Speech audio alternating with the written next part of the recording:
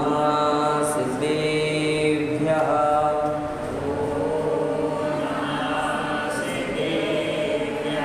ओम नमः सिद्धेभ्यः।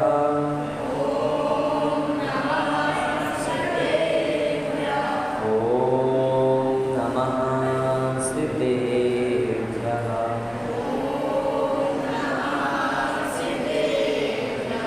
नमो अरिहन्ताणं नमो सिद्धाणं नमो आयरीयाणं नमो वज्रायाणं नमो लोहे सर्वसापूर्णं वन्दितु सर्वसिद्धे ध्रुवममन्मणोपमं गदिं पत्ते बोच्छामि समयपाहुणं मृण्मोऽसुद केवली भणिदम्। बोलिए देवादेव पूजक श्री पार्श्वनाथ भगवान की, द्वादशांग जिनवाणी माता की, आचार्य कुंद महाराज की, आचार्य विनय शिक्षक विद्यासागर जी महाराज की, परम पूज्य विद्युम्न शिक्षक सुधासागर जी महाराज की, अढ़ाई द्वीपस्थ समस्त आचार्य विराज समूह की, 10 लक्षण महापर्व की, उत्तम आकिंचन धर्म की। 9वें दिन आज हम प्रवेश कर चुके हैं। हमने पढ़ा पूजन में आकिंचन ब्रह्मचर्य धर्म 10 सार हैं। भाव रूप और उपाय रूप धर्मों को ग्रहण करने के पश्चात अब जो सार रूप वस्तु है उस सार रूप वस्तु को ग्रहण करने की बात कही गई। जैनों को क्या कहते हैं? बनिया कहते हैं। क्या कहते हैं? बनिया कहते हैं।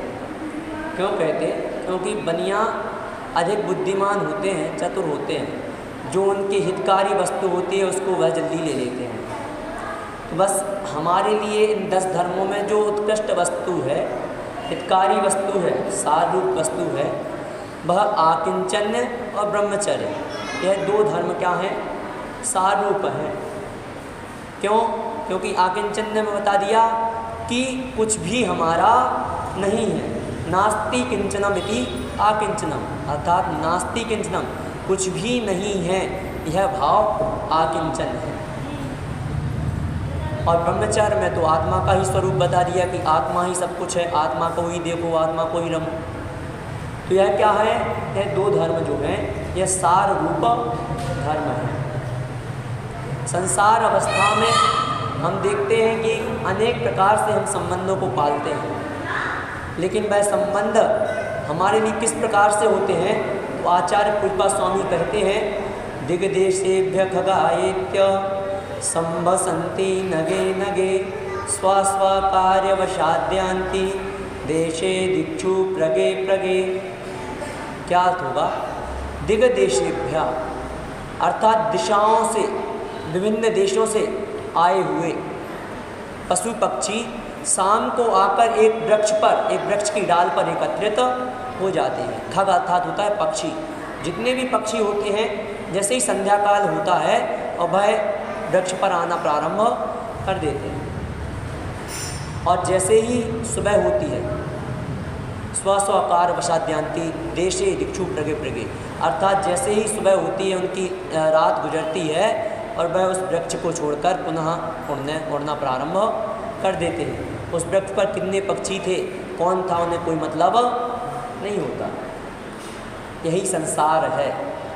संसार कैसा है? इसी प्रकार हम आए, किस प्रकार आए? कुछ लेकर आए, कुछ लेकर के नहीं आए। हमारे पास कुछ नहीं था, यहाँ तक वस्त्र भी हमारे पास नहीं थे। जो कुछ भी था सारा माता पिता ने भरण पोषण किया, और उसके पश्चात हमने जो जीवन जिया उसमें अपना ममत्व लगाया, लेकिन वह भी हमारा कुछ होने वाला नहीं। लोभ किया, संचय किया, और जब मृत्यु होगी तो ले जा पाओगे? नहीं ले जा पाओगे। सिकंदर जब दुनिया से गया तो उसने कहा, मेरे दोनों हाथों को मेरी सैया से बाहर निकाल देना। उसकी अंतिम इच्छा थी। 3 इच्छाएं थी उसकी, उसमें से एक अंतिम इच्छा यह भी थी कि मेरी जो दोनों हाथ हैं उसको बाहर निकाल देना। तो उसके हाथ बाहर निकाल लिए गए। देखा, कहा क्यों, ऐसा क्यों हुआ? तो ऐसा इसलिए वह यह दिखाना चाहता था कि मैंने इतने बार आक्रमण किया, इतना धन लूटा, इतनी संपत्ति एकत्रित की, लेकिन मेरे पास अंत समय में कुछ भी नहीं बचा। सिकंदर भी अंत में जैन मुनि से प्रभावित हो गया था। तो क्या है, सिकंदर जो था उसके लिए भी यहाँ से कुछ ले जाने को नहीं मिला। सिकंदर क्या, सिकंदर तो एक पापी व्यक्ति था। हमारे जो पुण्यात्मा पुरुष भी होते हैं वह भी कुछ नहीं ले जा सकते, केवल अपने अंतरंग भावों को ही वह ले जा सकते हैं। अंतरंग भाव प्रबल होंगे, अंतरंग भावों में यदि उच्चता होगी तो वही हम अपने साथ ले जा सकते हैं। बुरे भाव होंगे तो बुरे भावों को ले जा सकते हैं, वही हमारा निर्णय करेंगे। मंगलाचरण में कहा अहम इक्को खलु शुद्धो। क्या कहा? अहम इक्को, मैं एक हूँ। जीव का स्वरूप है एक। क्या स्वरूप है? अहम इक्को, मैं एक हूँ।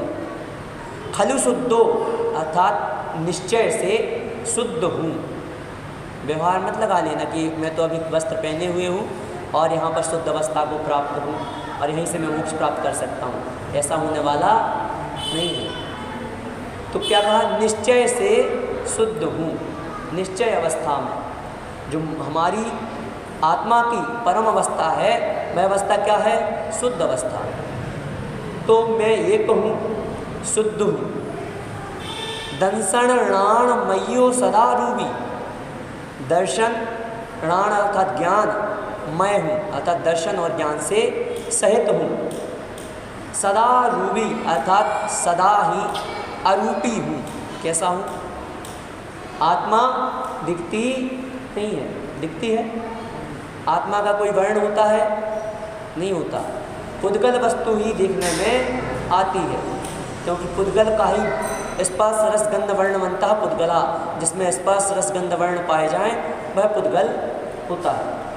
लेकिन आत्मा में तो ना स्पर्श है, ना रस है, ना गंध है, ना वर्ण है, अर्थात वह किस प्रकार है? अरूपी है। रणवी अति मध्य किंचिवी। रणवी अर्थात नहीं है, मध्य अर्थात मेरा, किंचिवी अर्थात किंचित मात्र भी। मेरा किंचित मात्र भी नहीं है। अन्नम परमाणु मित्तम की, और अन्य परमाणु मात्र भी मेरा नहीं है। किंचित भी मेरा नहीं है और अन्य परमाणु मात्र भी मेरा नहीं है। तो यह जीव की विशेषताएं बताई हैं कि जीव कैसा है? अकेला है, अपने ही कर्मों का भोगता है, अपने ही कर्मों का करता है।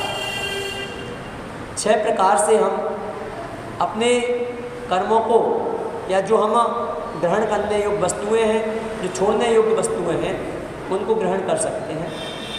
एक तो सबसे पहले हेय, हेय।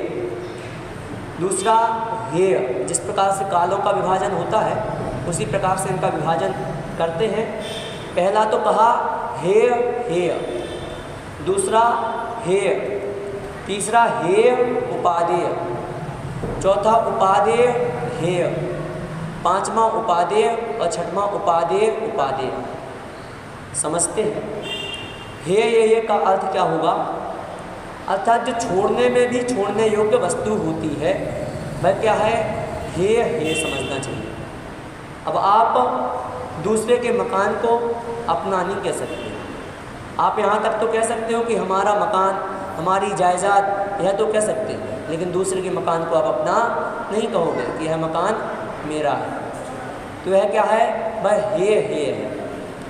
फिर दूसरा आया हेय, अर्थात जो छोड़ने योग्य चेतन और अचेतन पदार्थ हैं वह क्या है? हेय है। अर्थात जो है जन्मजात हमारा जो शरीर हमें प्राप्त हुआ, यह भी हमारे लिए, यह क्या है? अचेतन रूप है। यह क्या है? छोड़ने योग्य है। जब ही यह दूसरी पर्याय को प्राप्त करेगा तो यह क्या है? हेय है। फिर कहा हेय उपादेय। अब हेय क्या? शरीर तो हेय हो गया। हेय होने के पश्चात पुनः उपादेय क्या है? तो यही शरीर पुनः उपादेय है। तो हेय भी है और उपादेय भी है। जब तक संसारी अवस्था में आप हैं तब तक शरीर आपके लिए उपादेय कारण बनेगा। कल त्याग के दिन तप के दिन बात की थी परसों कि हमारे लिए तप करना है तो शरीर की आवश्यकता, शरीर को क्यों हमारे लिए कष्ट देना, यह बात हुई थी। तो शरीर एकमात्र हमारे लिए साधन होता है। क्या होता है? एक साधन होता है, एक उपादेय कारण जब तक है जब तक इस संसार में है। किस प्रकार उपादेय है? तो जिस प्रकार से हम दूध गर्म करते हैं तो मार्केट से दूध ला करके सीधा गैस पर नहीं डाल देते, उसके लिए एक तवेली में रख करके उसे रखते हैं। तो वह तवेली पहले तपती है, उसके पश्चात वह दूध तपता है। रोटी सेकते हैं तो कच्ची जो बिली हुई रोटी है उसको सीधे गैस पर नहीं रखते, उसे पहले तवे पर सेकते हैं। उसमें तवा पहले सिकता है, उसके बाद रोटी सिकती है। तो उसी प्रकार से यह हमारा जो शरीर है, यह बाहरी आवरण है। जब हम इसको तपाएंगे तब जाकर के आत्मा पवित्र होगी। तो यह संसार अवस्था में हेय है। जब इस शरीर, इस जन्म में हम मृत्यु को प्राप्त होंगे उस अवस्था में हेय होगा, और पुनः जब प्राप्त करेंगे तब उपादेय होगा। चौथा कहा उपादेय हेय। उपादेय क्या है? पुण्य। पुण्य क्या है? उपादेय है। सबसे पहले इन्हें समझ लें। उपादेय हेय अर्थात जो पूर्व में तो उपादेय हो अर्थात प्राप्त करने योग्य हो, और हेय अर्थात जो छोड़ने योग्य हो। तो जो पहले तो प्राप्त करने योग्य हो लेकिन फिर बाद में छोड़ने योग्य हो, ऐसा क्या है? तो पुण्य क्या है? आप कहते हैं पुण्य करो, लेकिन पुण्य भी क्या है? हेय है, छोड़ने योग्य वस्तु है। कैसे छोड़ने योग्य वस्तु है? तो जब आप कहते हैं अशुभ, शुभ और शुद्ध उपयोग कहे तीन प्रकार से। अशुभ का उपयोग, अशुभ उपयोग कब बनेगा? जब आप पाप क्रियाएं करेंगे। शुभ उपयोग कब बनेगा? जब पुण्य क्रियाएं करेंगे। और जब यह दोनों की अवस्था छूट जाएंगी तब आपकी शुद्धोपयोग रूप अवस्था बनेगी। तो पाप तो पहले छूटेगा, उसके पश्चात हमें पुण्य क्या होगा? उपादेय होगा, अर्थात पुण्य ग्रहण करने योग्य होगा, पुण्य हमें करना होगा। लेकिन उसके पश्चात जब हम उत्तरोत्तर पुण्य बढ़ता जाएगा, उसके पश्चात जब हम मुक्त शिला के मोक्ष गति के निकट होंगे तब वह पुण्य भी हमारे लिए हेय होगा, छोड़ने योग्य होगा, क्योंकि उनके कोई भी पुण्य पाप नहीं शेष। तो क्या है? पुण्य एक अवस्था में तो पहले उपादेय है, उसके पश्चात हेय है। फिर कहा उपादेय अर्थात जो ग्रहण करने योग्य वस्तु है वह क्या है? वह उपादेय है। उपादेय में क्या? जिससे कर्मों की निर्जरा हो सके ऐसी जो भी वस्तु हो वह हमारे लिए सारी वस्तुएं उपादेय है। पुण्य प्रकृतियाँ, संबर, निर्जरा। संबर किसे कहेंगे?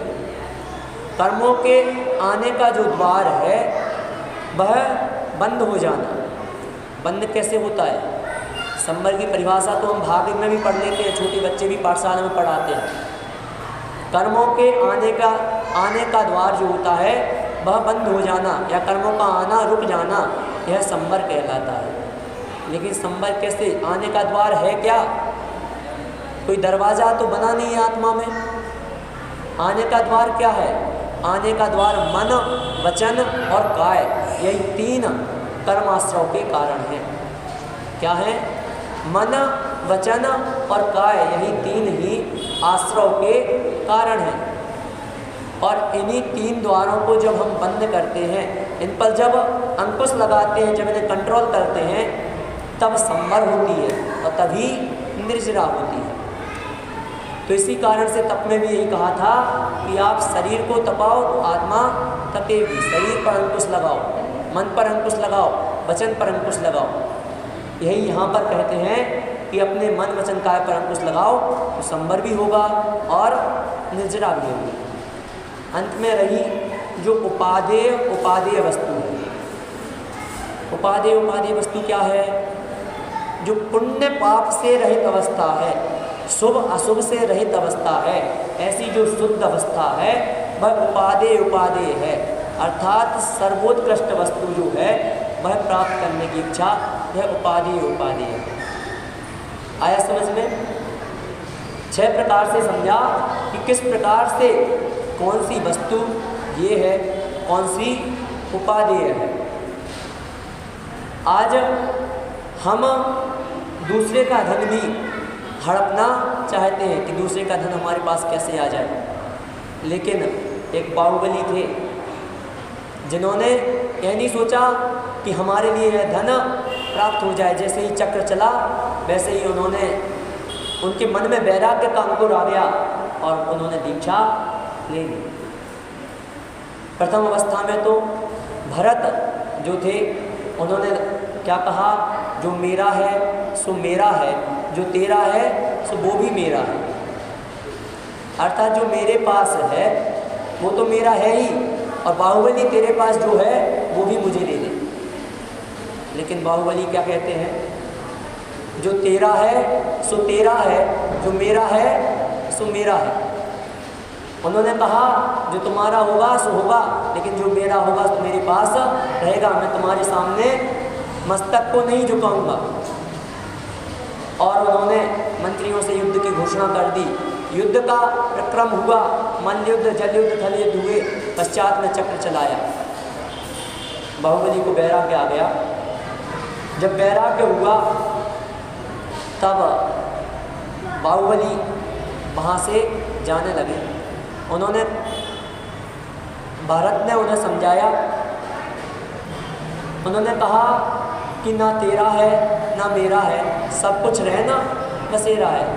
अर्थात ना भरत यह तुम्हारा है ना तो हमारा है, यह तो सब कुछ क्या है, इस संसार में है और संसार में रह जाना है। उन्होंने यह भाव धारण किया और जाकर के दीक्षा ली। और जब यह अवस्था बन रही थी तब एक अवस्था आँखों के सामने स्पष्ट होती है। आप ध्यान से सुने, आप भी उस चित्र को अपने सामने अंकित करें। प्रसंग आया इसलिए उसे पूरा कर देते हैं। एक कवि ने कहा, कवि नहीं आचार्य ने, जिन्होंने रचना की, उसमें उसका अर्थ यह बताया कि जब बाहुबली को वैराग्य हुआ, बाहुबली को वैराग्य हुआ तो भरत बाहुबली के पैरों में झुक गए। उन्होंने कहा भैया आप मत जाइए, आप यहीं रहें, जो कुछ है इसमें सब कुछ आपका होगा, सब आप करेंगे। लेकिन बाहुबली जो थे वह वैराग्य भाव को धारण लिए हुए थे। यहाँ भरत की अश्रुधारा बह रही थी और बाहुबली भी अश्रुपूरित हो रहे थे। ऊपर से जब बाहुबली की अश्रु की धारा बह रही थी तो वह भरत के मस्तक से गिर रही थी। कहाँ गिर रही थी? भरत के मस्तक से। और भरत रो रहे थे तो भरत की जो अश्रुधारा थी वह बाहुबली के चरणों में गिर रही थी। तो इससे ऐसा प्रतीत होता था जैसे बाहुबली भरत का राज्याभिषेक कर रहे हो और भरत बाहुबली का चरणाभिषेक कर रहे हो। तो यह उन्होंने, कवि ने स्पष्ट किया। चूँकि यह प्रसंग नहीं था लेकिन वह प्रसंग आया तो इसे आपके समक्ष पूरा कर दिया। तो बाहुबली जो थे उन्होंने क्या किया, ना कुछ तेरा है ना कुछ मेरा है, यह सब कुछ रहना बसेरा है। जिस प्रकार से पंछी रहते हैं, उड़ जाते हैं, उसी प्रकार से यह रहन बसेरा है। तो यह संसार उसी प्रकार से है। केवल दो, जिस प्रकार से मथनी चलाते हैं ना, जिसमें मठा आदि मथती हैं माताएँ, वह किस प्रकार मथती हैं, एक ओर रस्सी बनी होती है, दूसरी ओर भी रस्सी बांध लेती हैं और फिर उसे दोनों ओर से एक सा करना होता है, उसे माथना होता है।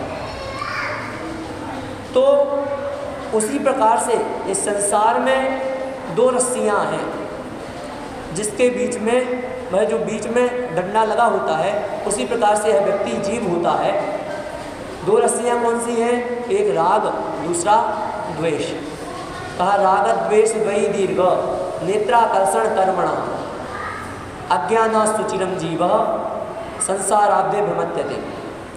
अर्थात राग द्वेष रूपी दो डोरियाँ हैं। वही क्या करती हैं, संसार में जो जीव है उसको भटकाती रहती हैं। राग इधर खींचता है, द्वेष इधर खींचता है, और जो जीव है वह बीच में मथता रहता है। और किस कारण से? अज्ञानात सुचिरम, अज्ञानात अज्ञान से, सुचिरम अर्थात चिरकाल से, अनादिकाल से यह जीव उन दोनों रस्सियों के बीच मथता आ रहा है। राग द्वेष रूपी जो दो रस्सियां हैं उन दोनों के बीच मथता आ रहा है। बस यही दो कारण जो हमारे अंतरंग के विकार हैं, मुख्य रूप से इन्हें छोड़ने का हमें प्रयास करना है, तब जाकर के हमारे अंतरंग भाव शुद्ध होंगे। क्योंकि अंतरंग भावों की प्रधानता अधिक है। राग द्वेष छोड़ो तभी जाकर के आप राग द्वेष छोड़ोगे तो बहिरंग भाव, यदि आप सम्यक ज्ञान के धारी बनेंगे तो आप स्वयं में भी बाहरी वस्तुओं को पूर्व में ही त्याग कर देंगे और अंतरंग के जो राग और द्वेष हैं उनको भी छोड़ने का प्रयत्न करते जाएंगे। तो यही कहता है कि जो भी आप अंतरंग के विकारी भाव हैं उनको छोड़ो, जो ममत्व है उसको त्याग करो। जब यह शरीर हमारा नहीं तो इस शरीर से जो संबंध है, इस शरीर के जो संबंध प्राप्त हुए हैं वह संबंध हमारे कैसे हो सकते हैं। एक और पंक्ति आई, मैं एकाकी एकत्व लिए सभी आते, तन धन को साथी समझा था, पर ये भी छोड़ चले जाते। मैं एकाकी कैसा हूँ, मैं एकाकी हूँ और एकत्व को लेकर के आया हूँ। एकत्व लिए सभी आते और संसार में जितने भी जीव हैं वह सारे के सारे जीव एकत्व को लेकर ही आते हैं। तन धन को साथी समझा था, किसे साथी समझा हमने, इस तन को साथी समझा और धन को साथी समझा, पर ये भी छोड़ चले जाते। मेरे ना हुए पर मैं इनसे अति भिन्न अखंड निराला हूँ, निज में पर से अन्यत्व लिए निज समरस पीने पाला। आगे की पंक्ति में कहा, अति भिन्न खंड निराला हूँ, मैं एकाकी एकत्व लिए सभी आते, तन धन को साथी समझा था, परे भी छोड़ चले जाते। मेरे ना हुए पर मैं इनसे, अर्थात मेरे ना हुए, कौन, ये जो तन है धन है यह मेरे नहीं हुए, पर मैं इनसे, मैं किससे, मैं इनसे अति भिन्न अखंड निराला हूँ, अति ही भिन्न हूँ। आत्मा कैसी है, पवित्र दशा में है। निश्चय से बताया ना, आमिक को खलु शुद्धो, अर्थात निश्चय से कैसी है, पवित्र है, शुद्ध है। तो कैसी है, अंतरंग से तो कैसी, पवित्र है। मेरे न हुए पर मैं इनसे अति भिन्न अखंड निराला हूँ। अखंड है, उसका खंडन नहीं किया जा सकता, और निराला अर्थात निराली है। निज में पर से अन्यत्व लिए, अर्थात अपने आप में जो अन्य वस्तुएं हैं उनसे अन्यत्व को लेकर, मतलब उनसे भिन्नता को लेकर निज समरस पीने वाला हूँ, अर्थात निज का, अर्थात अपनी आत्मा का समरस, अर्थात आत्मानुभव को करने वाला हूँ, अपनी आत्मा का अनुभव करने वाला हूँ। यह कहा। इसी प्रकार से अन्य शास्त्रों में भी अनेक जगह आता है, इसी प्रकार से उसका अर्थ निकलता कि जो भी हमारे बाहरी पदार्थ हैं वह सारे के सारे क्या, इस शरीर के संयोग से हैं, और जब शरीर ही नहीं रहता तो बाहरी संयोग भी कोई कार्य के नहीं रहते। जब कोई मृत व्यक्ति, जब किसी की मृत्यु हो जाती है, उसके लिए 10 लोग रोने वाले होते हैं, पर क्या वह मृत व्यक्ति किसी के लिए रोता है? वह मृत व्यक्ति किसी के लिए नहीं रोता। क्यों? जैसे ही उसका शरीर जो है आत्मा से पृथक हुआ या आत्मा शरीर से निकल गई, वैसे ही जो सारे इस शरीर से संबंध थे वह सारे के सारे उसी जगह छूट गए। अब हम क्या कर रहे हैं, इस संबंधों में फंसकर केवल उन्हीं संबंधों को अपना मान रहे हैं। यही जो संबंध है यही हमारे हैं, उनमें भी राग आदि की अधिकता के कारण द्वेष को हम अधिक बढ़ावा देते हैं। तो यह सारे के सारे जो संचय हैं इनको छोड़ना, ये अंतरंगता की शुद्धता के लिए। और थोड़े श्रावकों के लिए आए।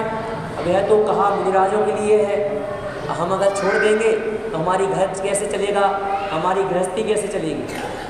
हमारे लिए तो भाई बहन पत्नी पुत्र मित्र सब रिश्ते निभाने पड़ते हैं।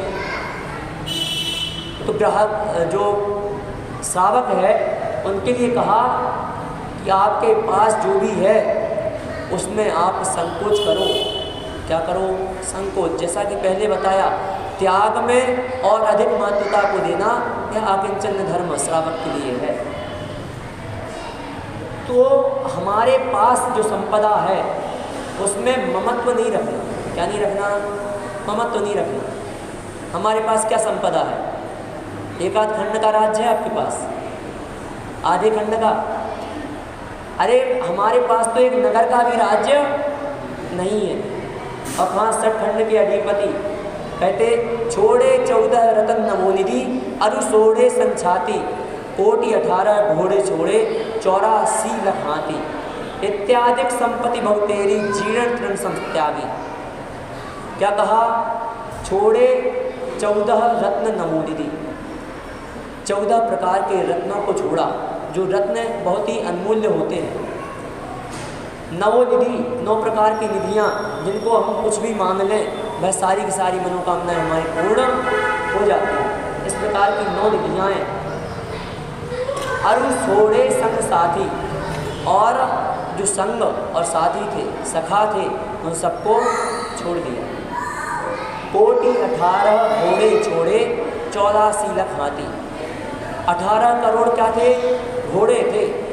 पहले तो इन्हीं धन में गिना जाता था। घोड़े गाय भैंस जानवर आदि भी जो पालते थे वह भी धन में आता था। तो क्या? कोटि 18 घोड़े छोड़े 84 लख हाथी, अर्थात 84 लाख हाथियों को छोड़ा।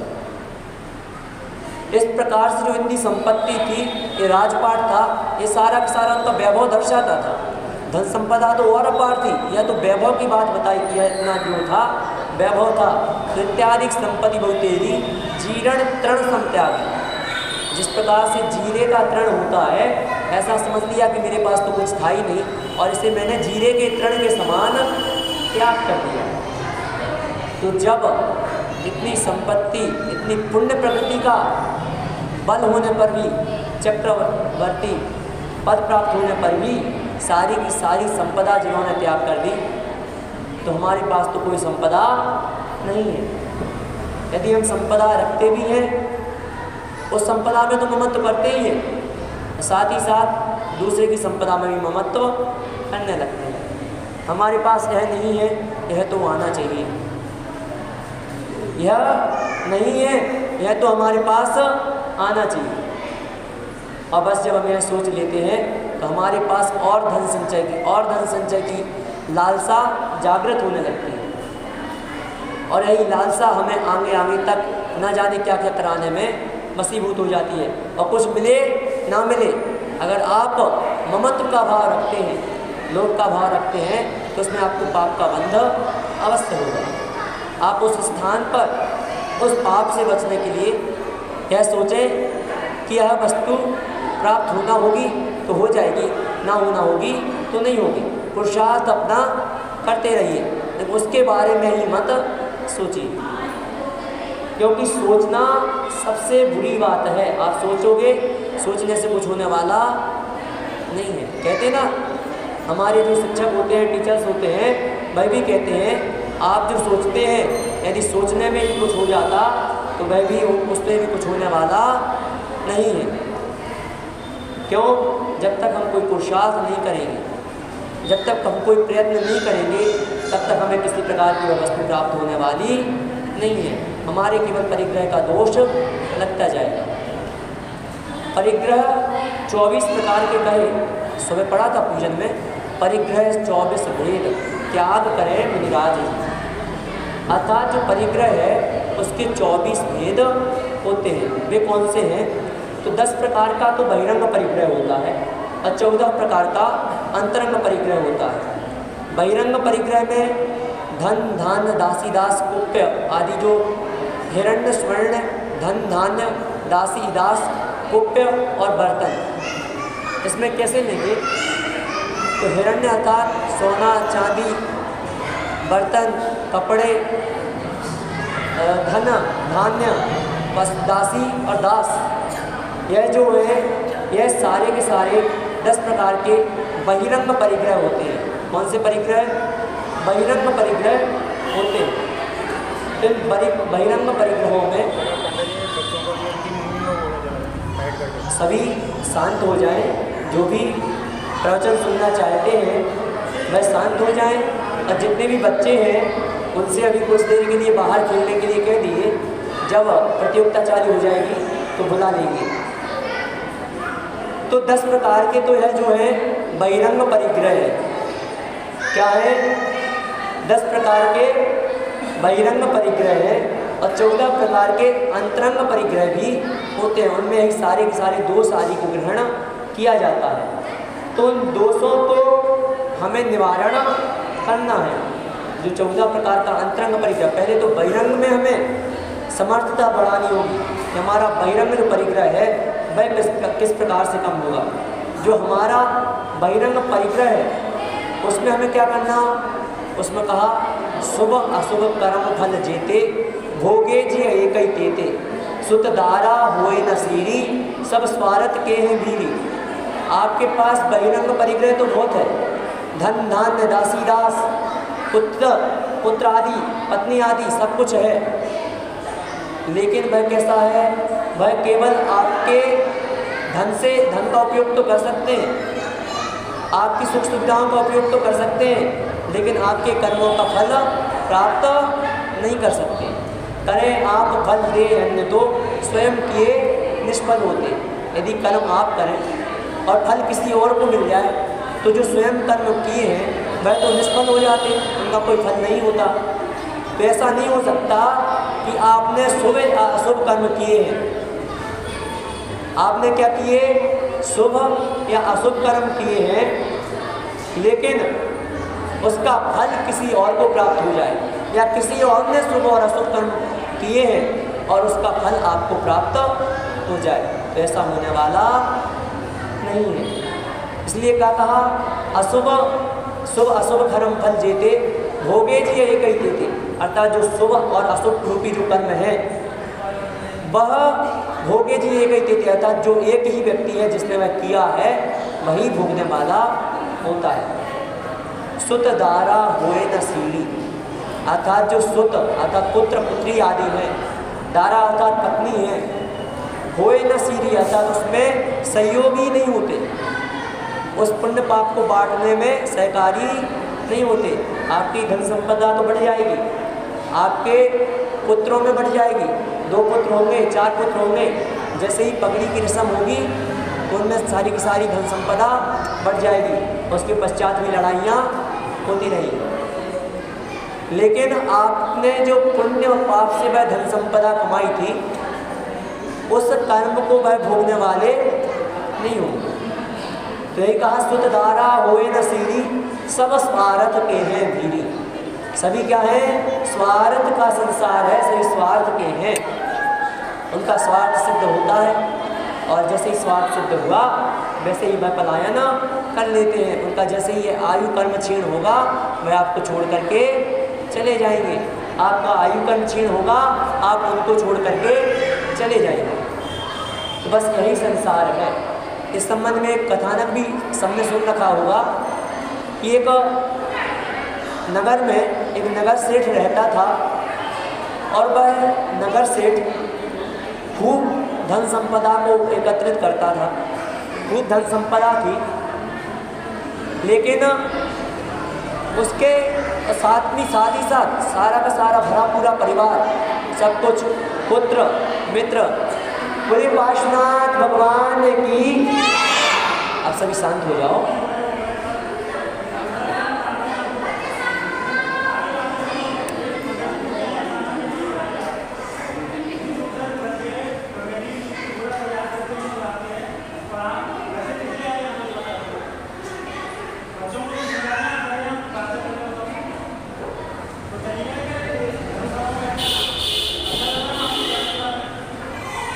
तो क्या बात, जो कथानक है, एक सेठ है जिसके पास धन संपदा संपूर्ण है, सारा का सारा घर परिवार भरा हुआ है, पुत्र से पत्नी, माता पिता सब कुछ है, सारी की सारी सुख संपदाएं हैं। अब एक दिन एक साधु आ जाते हैं या एक बाबा आ जाता है। वह बाबा उस सेठ से कहता है, जो है तुम्हारे पुत्र मित्र आदि हैं, माता पिता हैं, पत्नी हैं, यह सारे के सारे आपके यहीं रहने वाले हैं। यह आपका कोई स्वार्थ, कोई आपका उपकार करने वाले नहीं हैं। आप जब तक धन संपत्ति आदि आपके पास है तब तक है आपके रहेंगे। जैसे ही धन संपत्ति नष्ट होगी वैसे ही यह नष्ट हो जाएगी। उसने कहा मैं ऐसा नहीं मानता। कहा क्यों? कहा मेरा पुत्र, मेरी पत्नी, मेरे माता पिता मेरे से बहुत अधिक प्रेम करते हैं। अच्छा ठीक है, तुम एक काम करना, घर जाना और घर जा कर के लेट जाना। कहा ठीक है, मैं लेट जाऊंगा। कह दिया सांस रोक लेना, कह दिया सांस रोक लूँगा। गया और जा कर के मूर्छित अवस्था में लेट गया। अब वह जो बाबा था वह वैद्य बनकर गया, उनसे कहा बाबा जी आप हमारे जो पुत्र है इसको ठीक कर दीजिए, हमारे जो पति हैं इनको ठीक कर दीजिए, हमारे जो पिता हैं इनको ठीक कर दीजिए। सबने अपनी अपनी अवस्था में कहा। तो जब इस प्रकार उनसे कहा तो उसने कहा कि आप यह जो शीशी मैं लाया हूँ इस शीशी को पी लीजिए, इसको पीते ही यह ठीक हो जाएंगे, लेकिन जो इसको पिएगा उसकी मृत्यु हो जाएगी। तो सबसे पहले मम्मी को दिया, कहा आप पी लीजिए। कहा नहीं, मेरे तो अभी 2 पुत्र और हैं, मैं उनके सहारे जी लूँगी। पिता को दिया, पिता ने भी कह दिया अभी तो मेरे 2 पुत्र और हैं, मैं इनके सहारे जी लूँगा। पत्नी की बारी आई, पत्नी ने कहा मेरे अभी पुत्र हैं, मैं भी इनके सहारे जी लूँगी। पुत्र से कहा, पुत्र ने कहा मेरे पास अभी मम्मी है, दादा दादी हैं, मेरे पास और सारा परिवार है, मैं इनके साथ जी लूँगा। तो सेठ को समझ में आ गया और वह सेठ उन जो योगी थे उनके साथ चला गया। तो वह तो एक कथानक है कि इस प्रकार से सारा का सारा संसार होता है, जिसमें एक दूसरे के प्रति, और यह भी जो प्रेम प्राप्त होता है वह भी पुण्य के कारण प्राप्त होता है। आप देखते हैं वर्तमान काल में वृद्ध माता पिता को वृद्धाश्रम में भेज दिया जाता है। यह किस कारण से भेजते हैं? पुण्य प्रकृतियों का क्षीण हो जाना। और कई ऐसे पुत्र भी होते हैं जो अपने माता पिता को अंतिम अवस्था तक धर्माचरण कराते हुए और अच्छे से अच्छी ज़िंदगी उनकी बितवाते हैं। तो यह भी उनकी पुण्य पर्याय है। क्या है? यह उनकी पुण्य पर्याय है, उनका कर्म है, जो उन्होंने कर्म किया था उसी का फल उन्हें अंत अवस्था तक, उनकी मृत्यु को भी वह अच्छा करते हैं। तो यह क्या है? यह पुण्य अवस्था और पाप अवस्था है। हमारे कर्मों का ही शुभ अशुभ कर्म, जितने भी शुभ और अशुभ कर्म हैं उसी का फल है। आपको पुत्र अच्छा मिला, आपके पिता अच्छे मिले, आपकी पत्नी अच्छी मिली, आपके बेटे अच्छे मिले, आपको बेटी अच्छी मिली, यह सारे के सारे पुण्य प्रकृतियों का फल है। और जिसके पाप प्रकृतियों को फल प्राप्त होता है उसका बेटा व्यसनी हो जाता है, या जो पाप लेकर आया है उसके पिता मद्यपानी होते हैं, मदिरापानी होते हैं। तो इस प्रकार से जो भी हमें फल प्राप्त हो रहा है वह सारा का सारा केवल 2 चीज़ों पर टिका हुआ है, एक तो शुभ कर्म और दूसरा अशुभ कर्म। इसके अलावा और कोई तीसरी वस्तु इस संसार में नहीं है तो, लेकिन इस संसार में नहीं है। जब हम अशुभ कर्म को छोड़कर शुभ कर्म की ओर प्रवृत्त होंगे तब जाकर के हमें वह शुद्ध अवस्था प्राप्त होगी। तो हम वह अशुभ कर्म छोड़ें, शुभ कर्म को प्राप्त करें और शुभ कर्म को भी छोड़ करके उस शुद्ध अवस्था को प्राप्त करें। कई जगह आरती आदि नहीं होती। क्या नहीं होती? आरती आदि नहीं की जाती। आरती में कहते इसमें जीवों का घात होगा, लेकिन हमारे यहाँ संध्या काल में आरती बताई। किसमें बताई? संध्या काल में आरती बताई। संध्या काल में आप आरती कीजिए, उसमें कोई किसी प्रकार के जीव उस समय उत्पन्न नहीं होते। अब इस प्रकार से देखा जाता कि उन्होंने टॉर्च से आरती करना चालू कर दी। टॉर्च ली और टॉर्च से इस प्रकार से आरती। तो टॉर्च से आरती आप करोगे तो जो उसमें बिजली बनी है, जो सेल आदि बने हैं, वह क्या शुद्ध रूप से बने हुए हैं? उसमें क्या जीवों का घात नहीं हुआ होगा? बिजली किस प्रकार से बनती है कि हमें नहीं पता। किस प्रकार से टनों पानी एक किसी उपकरण से लेकर के और सीधा एक दीवार पर मार दिया जाता है। उसमें कितने एक इंद्रिय, दो इंद्रिय, तीन इंद्रिय, चतुर्इंद्रिय, पंचेंद्रिय जीव होते हैं, सारे के सारे जीवों का घात हो जाता है। तो बिजली के द्वारा आरती करने में तो और ज़्यादा दोष है। उससे अच्छा तो हमारा जो शुभ दीपक है उसमें हम शुद्ध घी डालते हैं, बाती भी हम स्वयं बनाते हैं, उस बाती को बना करके शुभ भावनाओं के साथ आरती करते हैं। और संध्या काल में करते हैं, रात्रि में नहीं करते। तब करते संध्या काल में। आरती में भी हमने आगे एक पंक्ति जोड़ ली, संध्या काल आरती कीजिए। संध्या काल में आरती करते हैं जब तक दिन दिखता रहता है, उजाला दिखता रहता है। और वास्तविकता में जब तक उजाला दिखता रहता है तब उतने समय में हमें आरती कर लेना चाहिए। क्योंकि बाद में भी होती है तो यह पुण्य प्रकृति है, उसमें भी हमें जीव रक्षा का ध्यान रखते रहना चाहिए कि उसमें हमारी जीवों का घात ना होने पाए। तो इस प्रकार से जो भी कर्म फल हैं वह सारे के सारे शुभ अशुभ के हैं। इस बात को ध्यान में रखकर शुद्ध अवस्था को प्राप्त करने की भावना को प्रबल करना, और यही भावना भाना कि हे भगवान, एक दिन हम भी अशुभ को छोड़कर शुभ को प्राप्त करके और शुभ को भी छोड़कर शुद्ध अवस्था को प्राप्त करके सिद्ध अवस्था को प्राप्त करें। इसी मंगल भावना के साथ बोलिए देवादिदेव श्री भगवान की